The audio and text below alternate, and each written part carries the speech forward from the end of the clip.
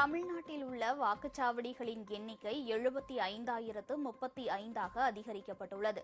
தமிழகத்தில் அடுத்த ஆண்டு ஏப்ரல் மற்றும் மே மாதங்களில் சட்டசபை தேர்தல் நடத்தப்படக்கூடும் என எதிர்பார்க்கப்படுகிறது. இதற்காக கட்சிகள் கூட்டணி அமைப்பது உள்ளிட்ட தீவிர அரசியல் பணிகளில் ஈடுபட்டு வருகின்றன.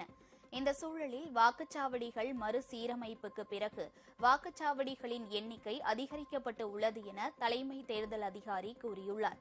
தமிழகத்தில் 68,467 வாக்குச்சாவடிகள் இருந்த நிலையில் தற்போது அதன் எண்ணிக்கை 75,035ஆக உயர்த்தப்பட்டு உள்ளது. 1,200க்கும் மேற்பட்ட வாக்காளர்கள் கொண்ட பகுதியில் புதிதாக வாக்குச்சாவடிகள் உருவாக்கப்பட்டு உள்ளன. இதன்படி 6,568 வாக்குச்சாவடிகள் புதிதாக உருவாக்கப்பட்டு உள்ளன. 2,509 வாக்குச்சாவடிகள் இடமாற்றம் செய்யப்பட்டு உள்ளன.